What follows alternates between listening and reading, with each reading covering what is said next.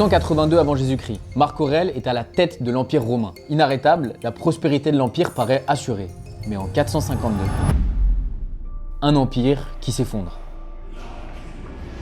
1046, les Vikings sont partout en Europe, dominants, ravageurs, rien ne peut les stopper. Pourtant, 200 ans plus tard, le néant. Aujourd'hui, notre civilisation est mondiale, le monde ultra connecté, les ressources ultra abondantes. Mais en 1972, les meilleurs scientifiques au monde sortent un rapport explosif qui prédit notre effondrement. Et 50 ans plus tard, en 2025, tout paraît normal. Mais la question, c'est pour combien de temps? Rome, les Vikings, les Mayas, les îles de Pâques, plein de civilisations grandioses qui finissent par s'effondrer. Mais pourquoi? Pourquoi des sociétés capables de bâtir des pyramides, de cartographier les étoiles, finissent par se vautrer? Alors, j'ai épluché tous les travaux d'effondrement pour analyser 3 empires qui ont capoté et qui vont nous donner les 6 facteurs principaux d'effondrement. Et spoiler, certains de ces facteurs se manifestent déjà dans notre société. Mais je reviendrai plus tard dans la vidéo sur notre cas pour savoir si oui ou non on s'effondre. Ou comment on peut utiliser les enseignements du passé pour échapper à un destin terrible. Allez, j'enfile ma veste d'anthropologue et c'est parti. Alors, on pourrait se demander la définition de l'effondrement. Voilà. Selon Tainter, l'effondrement est un déclin rapide, incontrôlé, inattendu et désastreux de quelque chose qui était plus ou moins stable auparavant. Selon moi, c'est quand ça se pète la gueule. Appliqué à des sociétés ou des civilisations, ça veut dire qu'on n'arrive plus à répondre à nos besoins de base. Boire, manger, se soigner. Ça entraîne souvent une chute de la population, une rupture des institutions, un abandon des grandes villes et comme dirait Titeuf, c'est la poke à slip. Dans le cas de la tour, on a vu que l'effondrement était très rapide, mais en réalité, il peut prendre des décennies ou des siècles à se manifester. En fait, la société s'effrite sans qu'on s'en rende vraiment compte. Aucun Romain à l'époque ne se disait « ouais, je pense que demain ça va péter ». Bref, je vous ai promis les facteurs principaux d'effondrement, les voilà. Une dégradation environnementale, un changement climatique, des voisins hostiles ou la perte de partenaires commerciaux ont fini par causer un effondrement. Mais Noé, tu nous as menti, tu nous en avais promis 6 et là on en a que 4. Alors oui, j'ai menti, mais pas là-dessus. Parce que dire que 4 ou 6 causes d'effondrement, c'est simplifier la réalité. En réalité, c'est bien plus complexe. Pour certains effondrements, comme celui de Rome,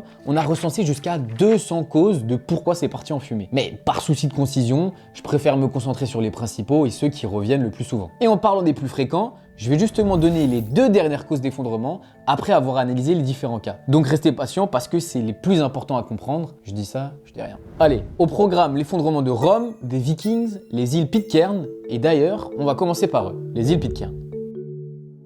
Perdu au milieu du Pacifique à plus de 5000 km de toute grande terre, il y a un petit bout de roche appelé Pitcairn.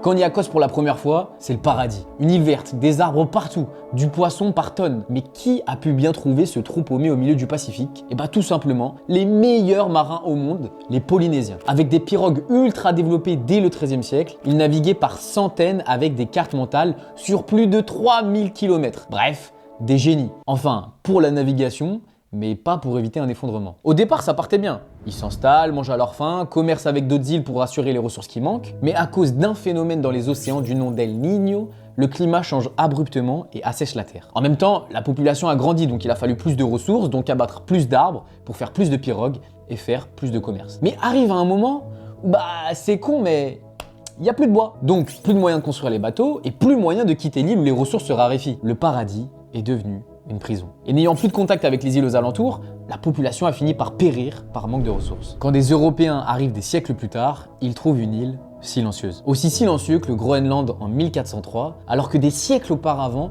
les Vikings régnaient, pillaient et terrorisaient l'Europe entière. Alors, qu'est-il arrivé à nos barbares barbus?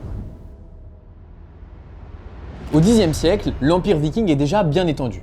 Mais un homme violent du nom d'Éric le Rouge est banni de ces terres et doit partir avec des bateaux vers une terre immense, froide et inconnue, le Groenland. Grâce à un climat médiéval plus chaud au moment de leur arrivée, la punition s'est révélée en fait fructueuse. Les récoltes étaient suffisantes, le bétail vivait bien et ils pouvaient même chasser le morse pour vendre l'ivoire aux Européens en échange de fer et de bois. La population s'étend, ce qui augmente aussi les besoins. Mais la stabilité va vite se transformer en fiasco. À cause d'éruptions volcaniques qui rejettent une quantité anormale d'aérosols, le climat jusque-là optimal devient glaciale. Les hivers deviennent plus longs, les récoltes sont mauvaises, la glace bloque les ports, donc les bateaux ne passent plus. Et en plus, les Inuits viennent se mêler à la partie au nord de l'île et chassent le morse. Le commerce s'effondre et les Vikings ne peuvent plus subvenir à leurs besoins sur cette terre glaciale. L'abondance est révolue, commence l'ère de la pénurie. Il ne reste plus que deux choix, fuir ou mourir lentement. Le reste du monde viking va chuter en parallèle et il nous reste plus que Rome pour comprendre pourquoi toutes ces grandes civilisations finissent par s'éteindre.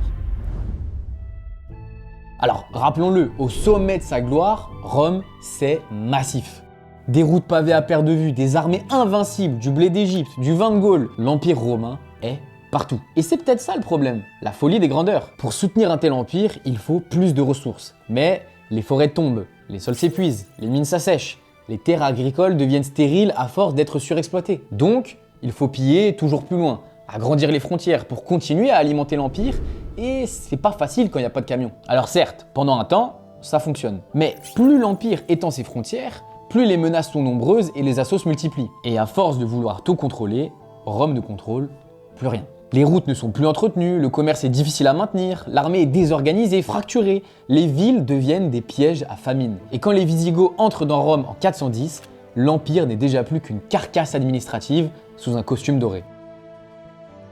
L'empire n'est pas mort d'un coup, il s'est usé jusqu'à l'os. Et là, on fait face à la cause la plus importante de l'effondrement qui était sous nos yeux depuis le départ, c'est la taille qui compte.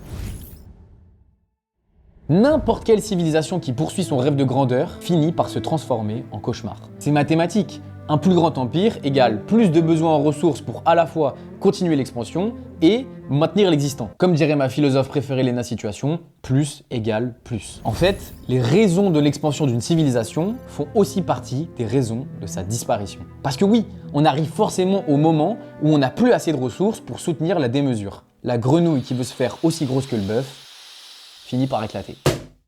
Mais les élites, les décideurs, ils auraient pas pu anticiper les risques ? Oui, les élites sont mauvaises. C'est mauvais! Et ça s'explique facilement. Il y a un moment où les gens au pouvoir décrochent de la réalité. Comme un vieux couple qui habite encore ensemble, mais qui ne s'écoute plus. Les élites et le peuple habitent le même pays, mais ils n'ont plus la même vie. Dans leur tour d'ivoire, les élites ne touchent plus la terre. Ils voient pas ce qui se passe en bas, ne savent plus ce qui pousse, ce qui manque. Et les élites dysfonctionnent. Et finissent par prendre de très mauvaises décisions. Genre, lancer des guerres quand t'as plus aucune ressource et ton peuple est à bout de souffle. Envahissons la Russie. Nous mangerons du caviar et boirons du champagne à Moscou à Noël. On connaît la fin de l'histoire. Bon, et nous dans tout ça, si on se compare à ces causes d'effondrement, on en est où ?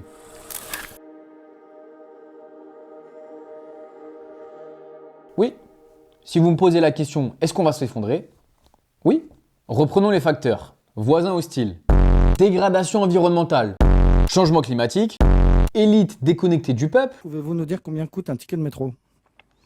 4 euros et quelques. Un hectare, c'est quoi? Moi, c'est un hectare. Oui. Moi, c'est un hectare.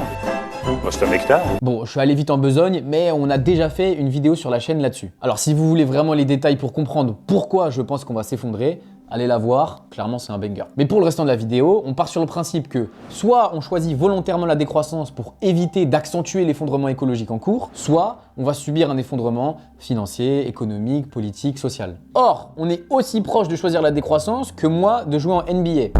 Autrement dit, on va se prendre l'iceberg en pleine gueule. De là, on peut se poser 3 questions. Quand est-ce que ça va arriver? À quelle vitesse? Et à quel point ça va faire mal? Alors premier point, en vrai, c'est trop difficile à dire. Mais si on considère que c'est un long processus, on pourrait déjà dire qu'on est dedans. Mais si on parle du point de bascule, je me positionnerais plutôt autour de 2050 ou un peu avant. Deuxième point, l'effondrement des Romains s'est étalé sur des siècles, les Vikings sur des décennies, mais étant donné que le monde n'a jamais été aussi connecté, ça risque de se propager très vite. Et on l'a très bien vu avec les crises financières qui se répandent sur le système bancaire mondial. Le Covid qui s'est retrouvé partout, c'est ça la particularité de notre temps, c'est que l'effondrement risque d'impacter la totalité du globe. Troisième point, disons que chute d'1 mètre. Ça va, je tiens le coup.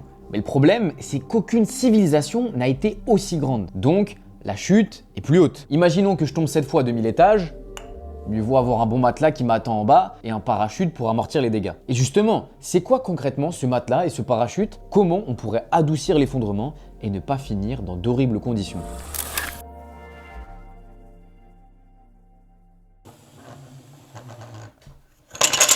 On le voit ici, effondrement ne veut pas dire disparition. La preuve, il reste des bouts de la tour. Certes éparpillés, mais ils sont bien là. Et regardez, je relève même un bout de bois. On peut le relever, mais ce serait bête de refaire la même chose. Là, il faut que je prenne tout ce schmilblick pour reconstruire un modèle résilient. Alors concrètement, ça veut dire quoi? Eh bah déjà, ça veut dire plus d'entraide. On arrête de se cloîtrer chez nous et on tisse des réseaux d'entraide avec nos proches. S'il y a plus d'internet et plus de pétrole, j'espère que tu t'entends bien avec tes voisins et ta famille, parce que ça va être avec eux que tu vas devoir composer. Mais là, vous me direz, impossible Noé, je suis pas dupe. J'ai vu comment ça se passe dans les films de catastrophe. C'est chacun pour soi, c'est la guerre. Alors déjà, si la vie c'était comme dans les films, je pourrais voler et je serais en couple avec Jennifer Aniston.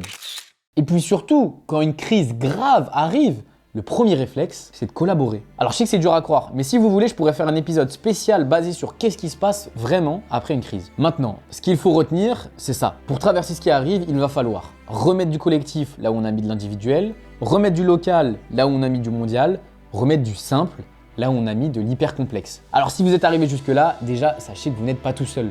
Vous avez sûrement déjà essayé de parler à vos proches de ces sujets, mais sans succès. Mais regardez le nombre de vues sur cette vidéo, le nombre de témoignages, de commentaires qui désirent aussi une société reconnectée à la nature et qui embrasse ses limites. Alors certes, c'est dur d'être pionnier, mais c'est le boulot des mauvaises herbes. Et comme dirait Brassens, les mauvaises herbes finissent toujours par gagner. Et surtout, elles annoncent la forêt de demain. Elles préparent le sol pour que les arbustes arrivent. Donc, continuons à planter des graines d'entraide, de résilience, de robustesse, car même si elles ne germent pas aujourd'hui, le jour où le grand chêne pourri de la civilisation va tomber, le soleil s'infiltrera à nouveau et tapera le sol gorgé de nos espoirs. Et qui sait, peut-être que nos pousses émergeront.